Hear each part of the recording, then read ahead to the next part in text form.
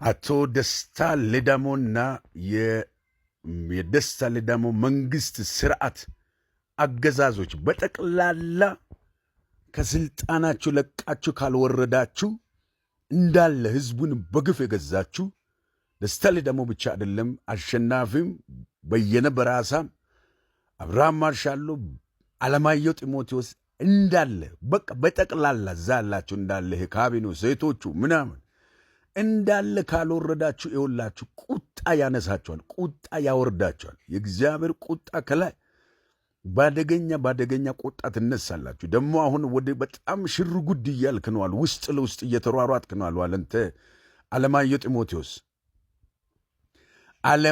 ጢሞቴዎስ ከፍተኛ ጥንቃቄ ልታረግ የሚገባበት ሰዓት ነው። ደስታ ሌዳሞ ከስልጣኑ ሲነሳ አንተን ለመቀመጥ ከፍተኛ ሽርጉድ ውስጥ ነው ያለከው። በቃ ከፍተኛ ትጋት ውስጥ እንዳለክ እየሰማን ነው። ሩጫ ውስጥ እያለክ ትጋት ውስጥ ነው ያለከው። በቃ እኔ እንዲህ ነኝ፣ እኔ ምንም እንትን አላረኩም፣ ከእንደገና እኔ በቃ ምን አደረግኩኝ? ምን ሰራው? ምንድን ነው ያላደረግከው?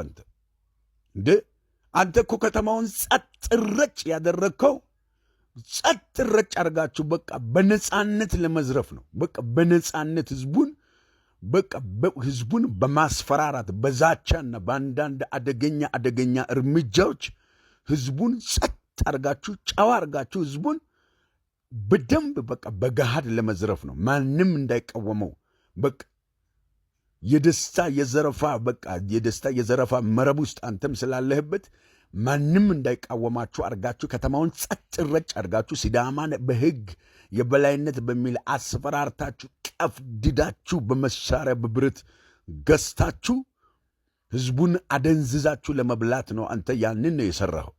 ያንን እኮ ነው ያደረከው። ሌላ ያደረከው ነገር እኮ የለም። በቃ ወንዱን ሐዋሳ ውስጥ ያለን የሐዋሳን ያንን ኃይለኛ ወንድ ጸጥ በቃ ያንን ወንዱ በቃ እንዳይኖር እንዳይተነፍስ ማንም ስለ መብቱ አንድ ሐሳብ እንዳያነሳ አንድ ጥያቄ እንዳይጠይቅ ቀፍድድ አስፈራርተ ይዘ ለምን ዝርፊያችሁን ስለምታውቁት እንዴት አርጋችሁ እንደምትበሉ ተማምላችሁ ስለሆነ የተቀመጣችሁት እንዴት አርጋችሁ ህዝቡን በግፍ እንደምታሰቃዩ ተማምላችሁ ስለሆነ የወጣችሁት ወደ ስልጣን ይህንን ግፋችሁን ለመፈጸም ህዝብ ጸጥ ማለት አለበት።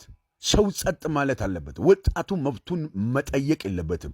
ማንም ለእናንተ ጥያቄ ማንሳት እናንተን መቃወም ስለሌለበት መቃወም እንዳይችል ነው። አንተ ስልጣን ላይ በተቀመጥክበት ዘመን አንቀጥቅጠ የገዛው በግፍ የገዛው አስፈራርተ በቃ እንደፈለጋችሁ በቃ ለዛ እናንተን መቃወም በቃ ምን አይነት ቀይ መስመር መተላለፍ እንደሆነ ያንን ለማሳየት ነው ስትተጋ የነበረው፣ ስትሮጥ የነበረው፣ ስትደክም የነበረው። ዛሬ ደግሞ ያ ነገር ተንኮታኮተባችሁ።